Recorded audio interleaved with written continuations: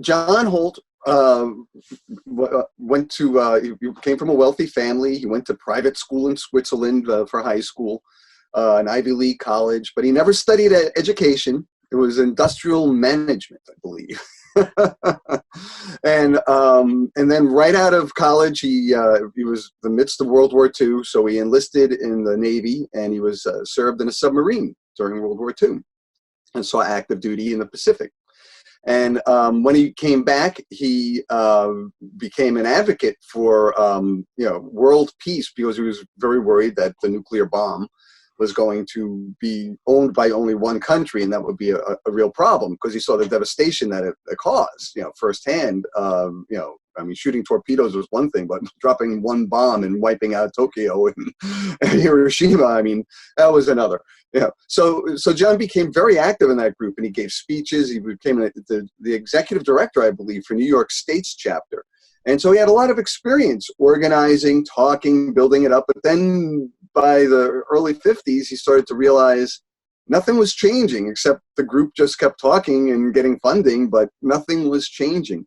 And that frustrated him, because, as you told me about homeschooling many, many years later, he wasn't looking for a home run or anything. He just wants to get on base. Let's get these ideas out there.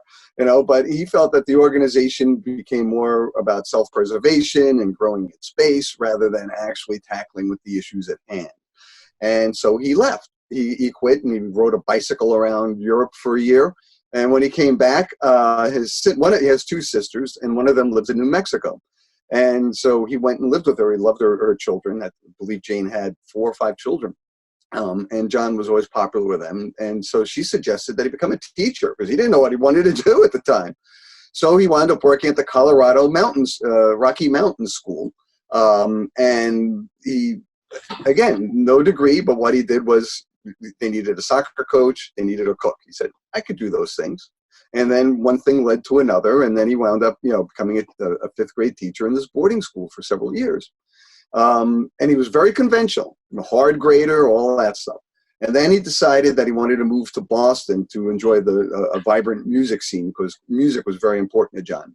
He was playing the flute at the time. He eventually became known as a cello player. He loved to play in quartets and symphony orchestras, whenever, amateur ones, whenever he could. And so he had more opportunities to do that in Boston. So he came here, and he became another private school teacher, teaching at some of the best and brightest private schools, some of which are still around here, and charging, mega bucks to attend high school. And this is where John started to wonder, just like he did with the World Federalist Organization about nuclear weapons. Why is it that I teach, but they don't learn? So he got in a discussion with his co-teacher, this gentleman named Bill Hull, and they made a deal. You stand up in the front of the classroom, I'll sit in the back, and I'm going to take notes about what's happening, and then we'll discuss them afterwards. And on the basis of that, John's first book came out. It was called How Children Fail.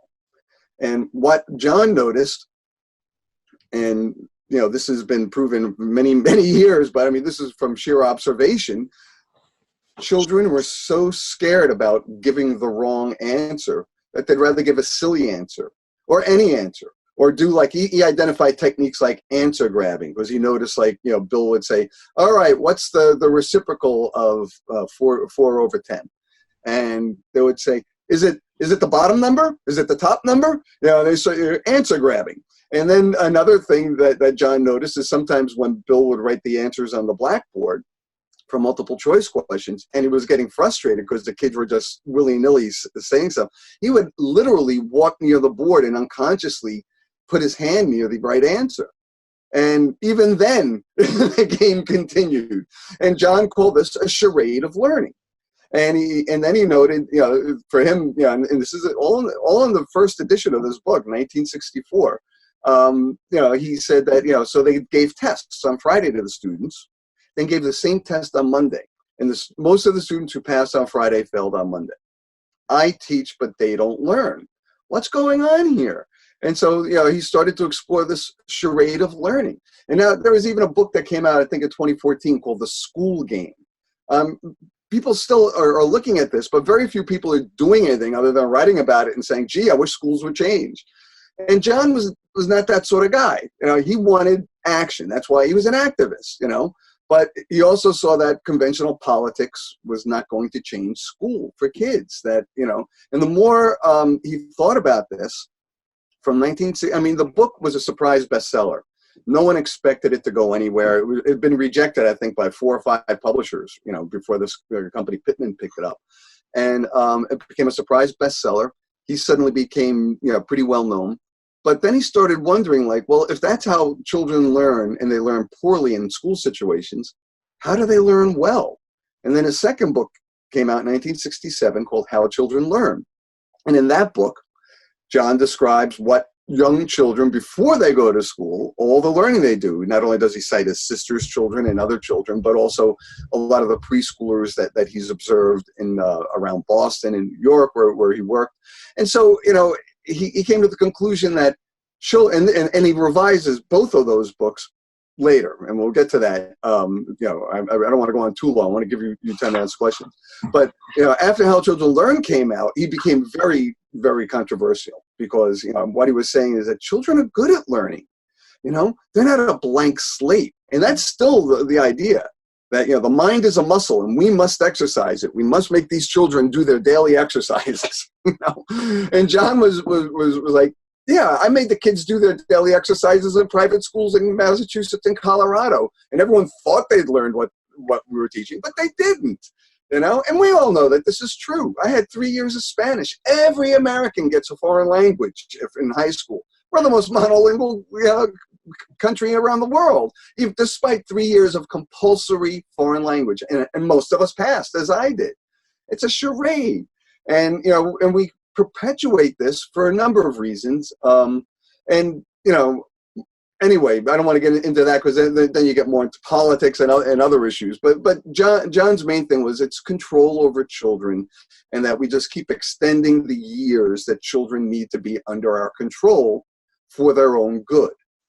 And that this has this paradoxical benefit for us, because it enables us to act like tyrants while we feel like angels, because it's for your own good.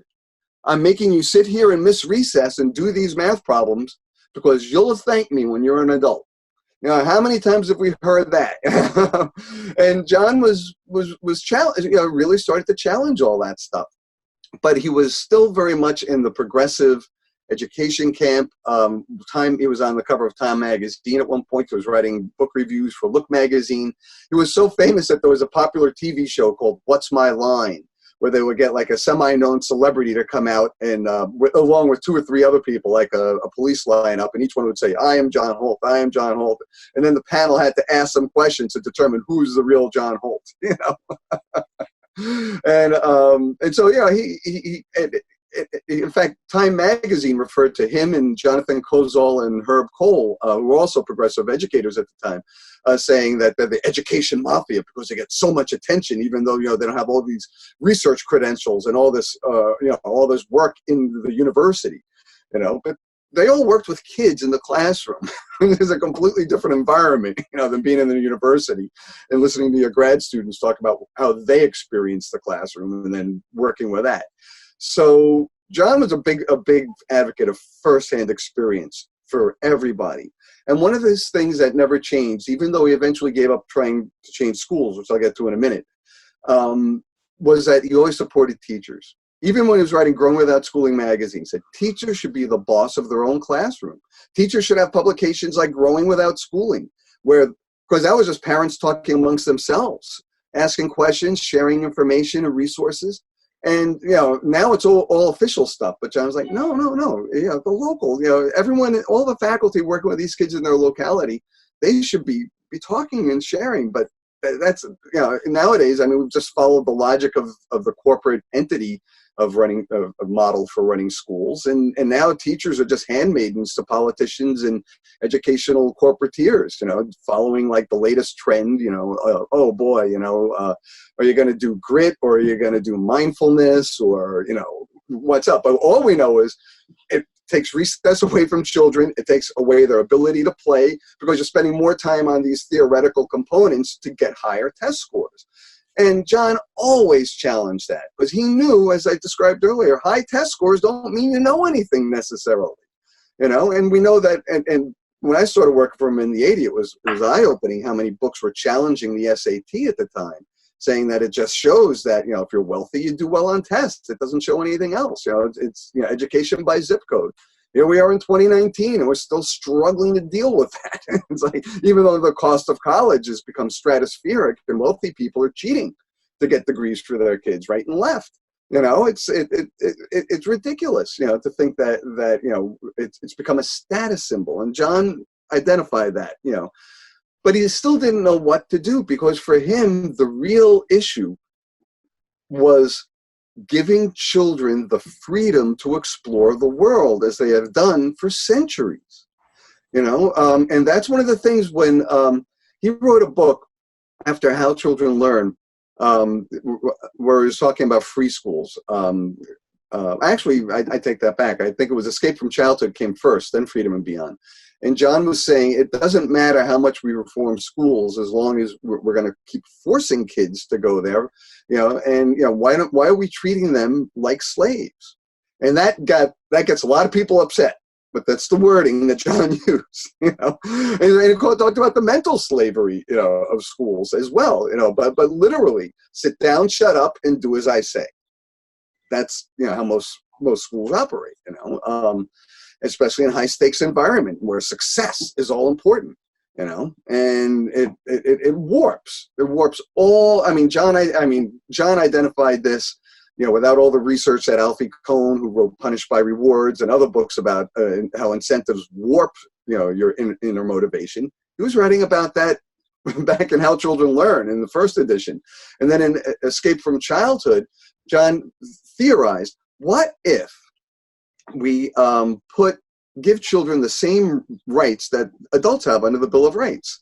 And sort of a thought experiment, because he admits right up front, this isn't going to happen right away. And I know even today, look, in America, women and minorities don't have full rights. We haven't even passed Equal Rights Amendment for women. So to say children should have equal rights, yeah, that's shocking. That's a bridge too far. But so it's there. But I think it's an issue that we need to always keep on our plate, because we have these other fights, for women and minorities in America to get proper representation. But children are just, they are talked to as consumers by the market. They're talked to as, well, I don't know how to put it, but targets, for the gun lobby, and the way to protect them is to make them more gun aware, which is incredibly self-serving, and everything just is at a paralysis now. But it was a paralysis when I started back in 1980, 81, and so that's what I'm trying to say is that John noted this back in the 70s. And that's right. Before he wrote Escape from Childhood, he wrote a book called What Do I Do Monday, where he took what he considered the best ideas of alternative schools and how they work with kids. And again, it was very controversial. It didn't sell a lot because people were like, oh, this guy's crazy. Let kids choose what they're going to do. But that's how most alternative schools work. It's not like he thought of it. A.S. Neal has been doing it since the 1920s.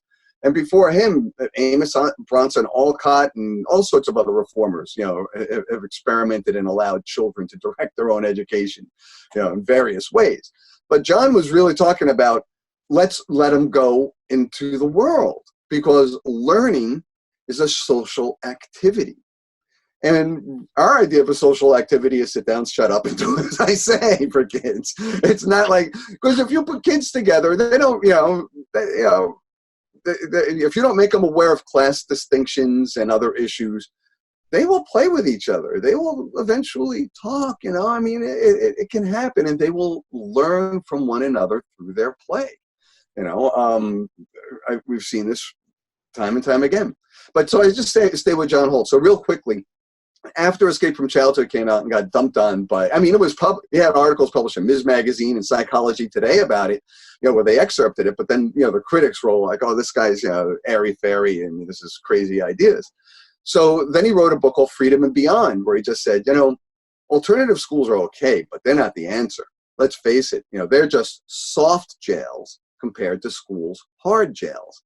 So then he analyzed that situation, and then he wrote another book called Instead of Education, Ways to Help People Do Things Better. And that came out in 1976. And that's the book where John proposes that, instead of compulsory schooling, we should have all these examples that exist, but make them flourish more, like Berlitz schools, karate schools, cooking schools, driving schools, all sorts of activities that adults can learn, but kids should too.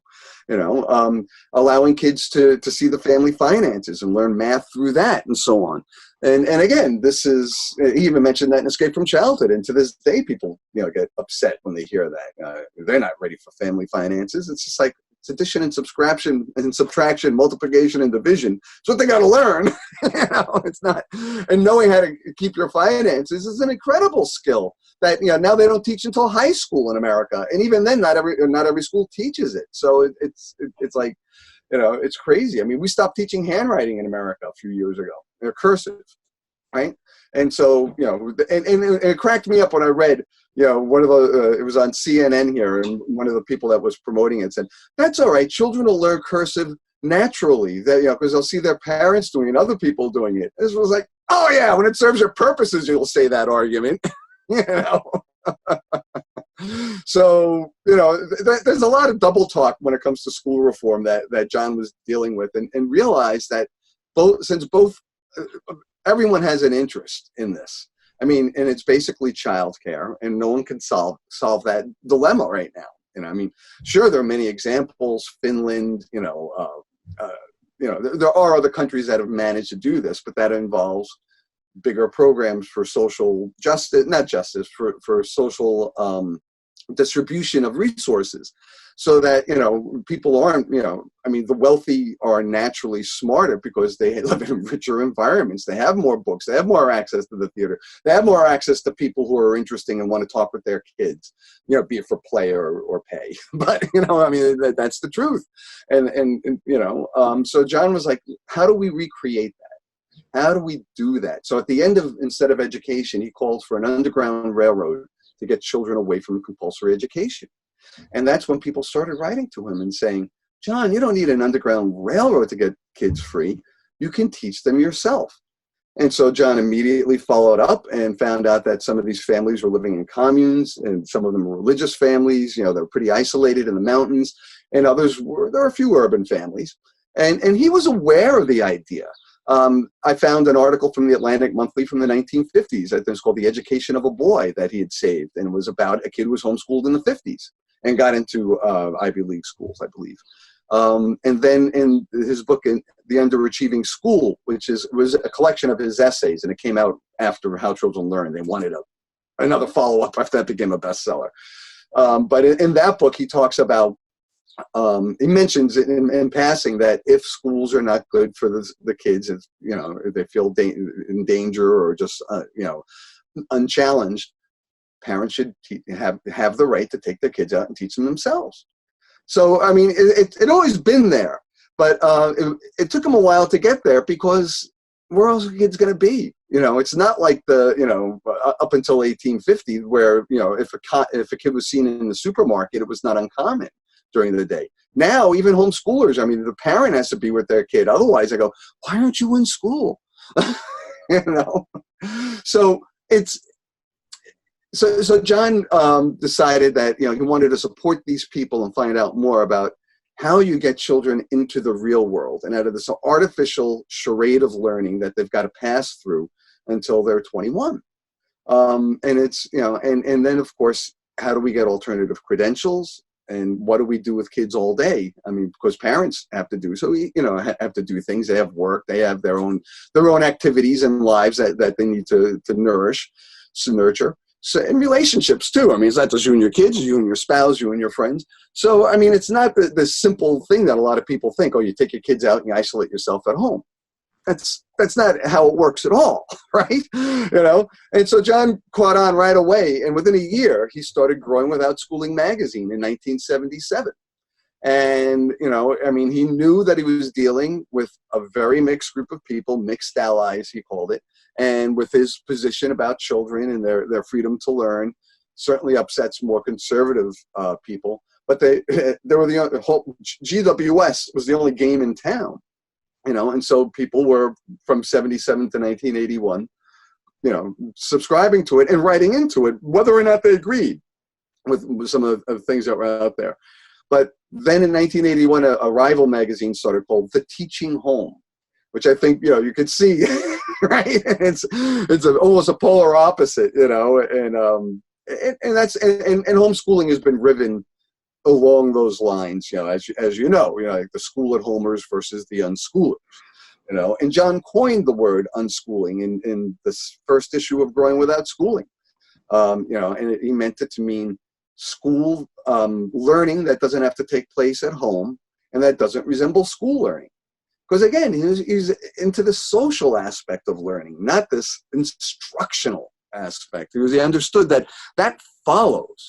If you get really interested in stuff, I mean, eventually your kids will take a course. Because I didn't, when my 14-year-old daughter wanted to take a course in criminal investigation, what do I know? But our local community college actually had a course about that. And that was, and she was 14 and qualified, so that worked. I mean, it's not that we don't use classes; it's that we don't let classes use us. We just don't fall into the trap of marching through the curriculum and hoping that at the end of the day we'll be treated fairly. It's like, if you got special needs, or if you're just not interested in the material, or if the teacher doesn't like you, or you feel like you've got emotional issues, your parents are getting divorced or something. None of that matters. You're a student. Suck it up. And so John really, and that's one of the reasons he liked alternative schools, is they were more based on relationships. But again, as he said, there were still like mandatory places where kids had to be. They couldn't be in the community. How do we get kids in the community? And that's what a lot of GWS was about. And then just to close out, so John, after working with homeschoolers for, what would it be, 8 years, in 1983, he came out with two revised versions of his two best-selling books, How Children Fail and How Children Learn.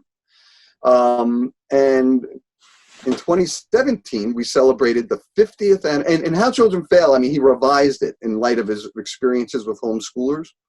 But How Children Learn got the biggest revision because he added a whole chapter, added 10,000 words about fantasy play and how children use that to get into the world, not out of it. They're playing cops and robbers and firemen and stuff like that to understand what it's like to be a fireman or a cop and a robber, and I know that many homeschoolers and unschoolers have noted that, and this is certainly true for my family. I have 3 daughters, but all 3 of them at some point when they had their homeschooling friends over played school. What's school like? How do we explore this? And sometimes they would do it with dolls and they were the teachers. Other times they made their friends the students and they took turns being the teacher. And, I mean, I think there's a lot of currency in this, and that, Dr. Peter Gray has written a lot about this in his book, Free at Last, that came out about two years ago, about the value and importance of play for children.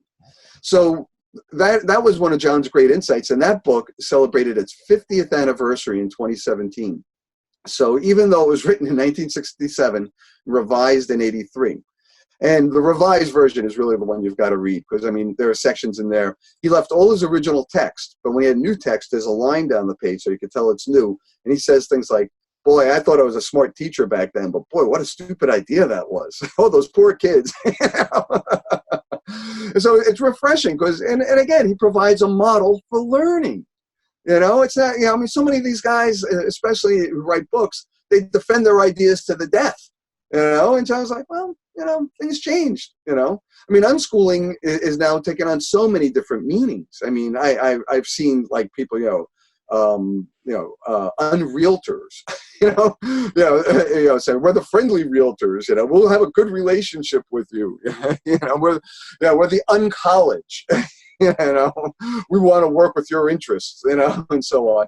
So, I mean, it has had an effect, and it's been seeping out, but it's still quite a challenge for people, as you know, to take that leap and decide to homeschool. So that's how John got into it. And when he passed away in 1985, he died of cancer at a very young age. He was only 65, I think, 64, 65. So, you know, I took over and published the magazine for another 16 years, you know. So there was certainly interest, in the growth of it is still incredible. When you look online, I mean, boy, you know, the U.S. Department of Education says there's close to 2 million children being taught at home right now. You know, when John was alive, he estimated back in the early 80s, or maybe 20 to 25,000 children being taught at home.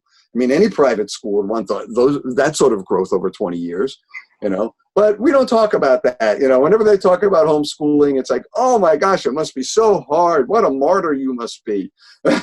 You know, it's like, some people enjoy having a family life with their kid that involves their kids, and that they're not always the boss. That, you know, that you get you know, you let your kids take control and let them cook a meal, you know, and stuff. You know, you can work with them that way.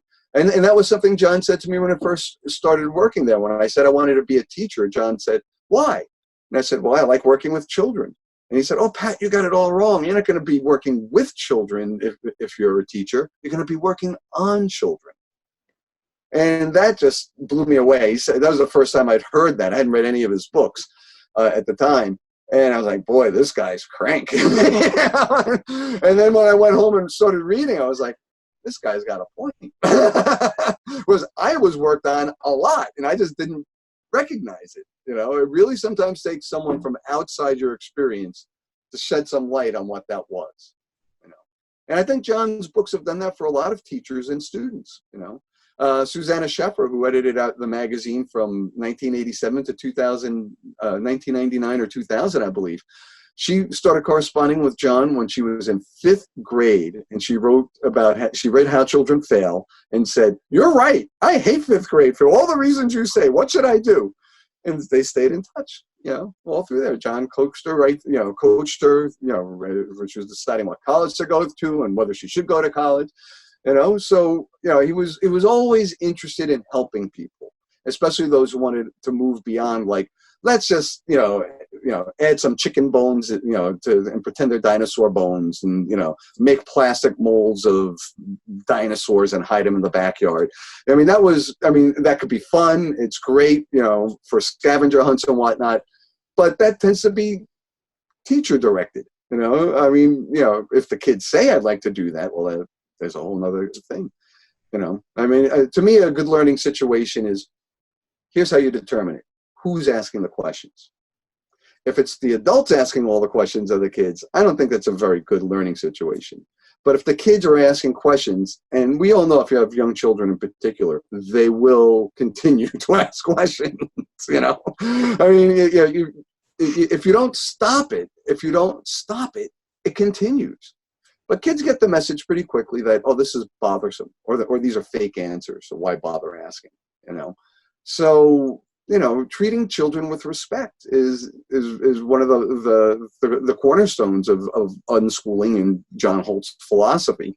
And some people feel that kids should only treat adults with respect and not vice versa. And I'm of the belief that when you treat people with respect, you get respect back. It's reciprocal. It's not a one-way street.